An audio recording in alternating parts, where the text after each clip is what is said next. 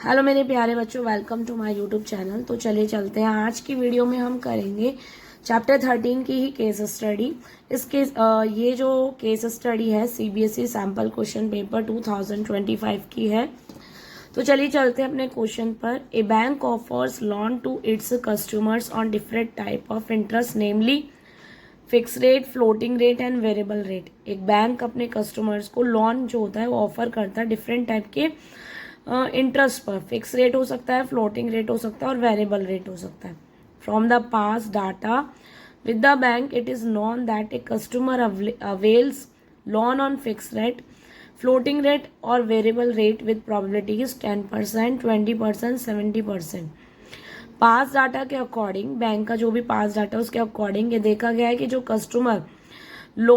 Customer को जो loan देते हैं वो फिक्स रेट, फ्लोटिंग रेट और वेरिएबल रेट, उसकी जो प्रोबेबिलिटी है 10%, 20%, 70%। एक customer after availing loan can pay the loan or default or loan repayment, यानी कि कस्टमर या तो लोन को पे कर सकता है या उसको पे करने में चूक कर सकता है, मतलब कि वो पे नहीं करेगा। The bank data suggests that the probability that a person defaults on loan after availing it at fixed rate, floating rate and variable rate is 5%, 3%, 1%. अब क्या लिखा गया है कि बैंक डाटा क्या सजेस्ट कर रहा है कि जो पर्सन लोन को पे नहीं करते हैं, जो चूक कर देते हैं लोन को पे करने में, उसकी जो फिक्स रेट, फ्लोटिंग रेट और वेरिएबल रेट की जो प्रोबेबिलिटी है वो 5%, 3% एंड 1% है। बेस्ड ऑन अबाउट इन्फॉर्मेशन हमें क्वेश्चंस के आंसर देने हैं। फर्स्ट क्वेश्चन है, what is the probability that a customer after availing the loan will default on the loan repayment. तो प्रोबेबिलिटी बतानी है हमें, जो कस्टमर लोन को पे नहीं करते हैं उसकी प्रोबेबिलिटी। और एक कस्टमर, सेकेंड क्वेश्चन है, एक customer after availing the loan default on loan payment, what is the probability that he avail the loan eight A variable rate of interest. यानी कि एक कस्टमर जो लोन को पेमेंट नहीं करता है, चूक कर देता है, बट प्रॉबिलिटी बतानी है कि उसने लोन जो है वो वेरिएबल रेट ऑफ इंटरेस्ट की रेट से लिया है। तो चलिए हम क्वेश्चन को स्टार्ट करते हैं। आई होप क्वेश्चन समझ में आ गया होगा। थोड़ी तबीयत ऐसी है तो गला आपको लग ही रहा है कि आवाज़ सही नहीं आ रही है, पर मैं कोशिश करूँगी कि क्वेश्चन आपको अच्छे से समझ में आ जाए। तो सबसे पहले हम 3 इवेंट को लाइट करेंगे। E1 इवेंट हमारा हो गया, customer takes a fixed rate loan.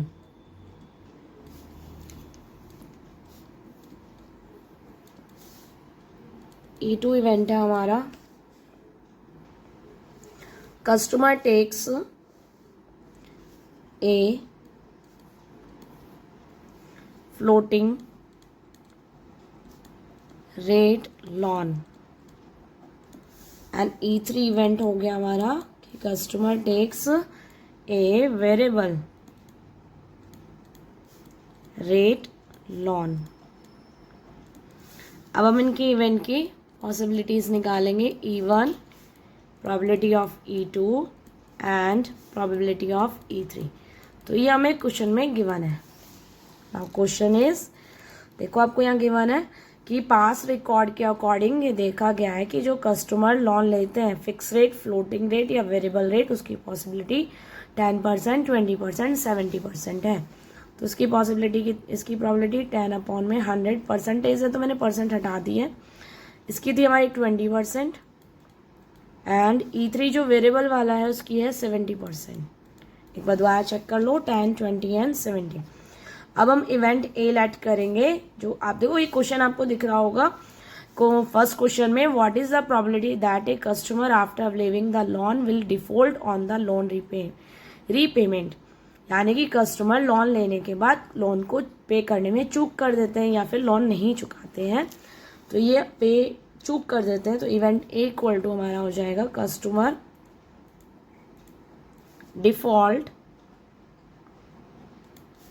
on the loan repayment।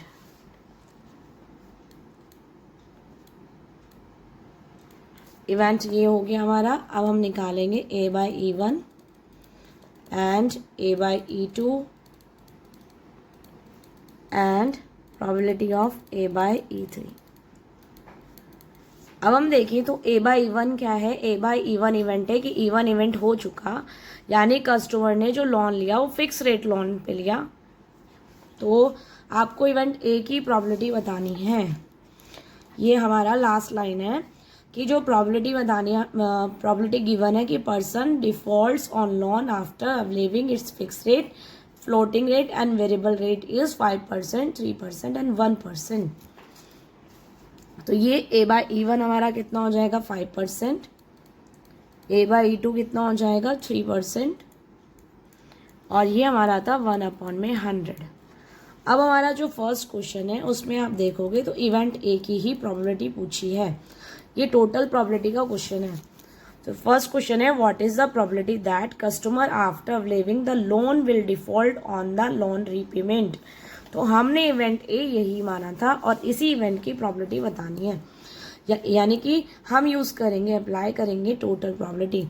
Formula है probability of E1 probability of A by E1 plus probability of E2 into में probability of A by E2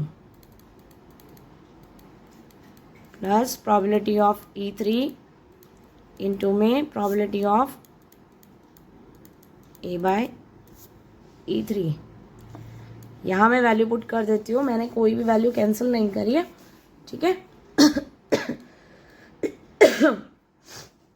10/100 multiply 5/100 plus 20/100 multiply by 3/100 plus 70/100 multiply 1/100। अब नीचे same एल्शियम ले लेंगे, तो एल्शियम में हमारा आ जाएगा 10,000 मल्टीप्लाई देखें तो 50 एंड 60 एंड 70, तो ये हमारा हो जाएगा 180। 10 से 10 कैंसिल करें तो आंसर इतना ठीक है। अगर हम परसेंटेज की फॉर्म में निकालें तो 100 से मल्टीप्लाई कर देंगे, तो ये 20 से 20 कैंसिल, तो परसेंटेज फॉर्म में हमारा आंसर आ जाएगा 1.8%। तो हमारी ये फर्स्ट क्वेश्चन का आंसर है। Now question number second is, second question में हमसे क्या पूछा है, customer after availing the loan default on loan repayment, यानी कि ये हमारा इवेंट ए है। प्रोबेबिलिटी बतानी है कि he available the loan at variable rate of interest, यानी ये E3 इवेंट है। इवेंट ए हमें दिया हुआ है और E3 इवेंट की प्रोबेबिलिटी हमसे पूछ रहा है। ये कस्टमर जो कि लोन पे करने में चूक कर रहे हैं, उन्होंने वेरिएबल रेट ऑफ इंटरेस्ट से लोन लिया, इस रेट से लोन लिया है, तो हमें E3 बाय ए निकालना है। Find the probability of E3 by A. तो यूज बेस थ्योरम, अगर हम इसका फॉर्मूला लिखें तो वो होगा probability of E3 multiply by probability of A by 3 upon में ये पूरा टोटल आ जाएगा event A, probability of E1 into में probability of A by E1 plus probability of E2 into में probability of A by E2 plus probability of E3 into में probability of A by E3। ये नीचे पूरा का पूरा event A होगा, तो मैं इसकी वैल्यू बार बार नहीं निकालूंगी, यहाँ से सीधा पुट कर देंगे। अब E3 और ए बाई E3 की वैल्यू तो यहीं से पुट कर रही हूँ, ऊपर देखोगे तो भी यही था, यहीं से पुट करें, देखो ये रहा ए बाई 3 ये, और ऊपर ये रहा 70/100 और 1/100, तो ये हो गया 70/100 इंटू में 1/100 डिवाइडेड बाय, तो ये डिवाइड बाय 18/1000। तो 20 से 20 कैंसिल, 1 से 1 कैंसिल, ऊपर भी 1 से 1 कैंसिल हो गया। तो वैसे तो हमारा आंसर ठीक है, 7/18 करेक्ट है, पर अगर परसेंटेज फॉर्म में निकालो तो इंटू में 100, यानी कि हमारा हो जाएगा ये 38.9%।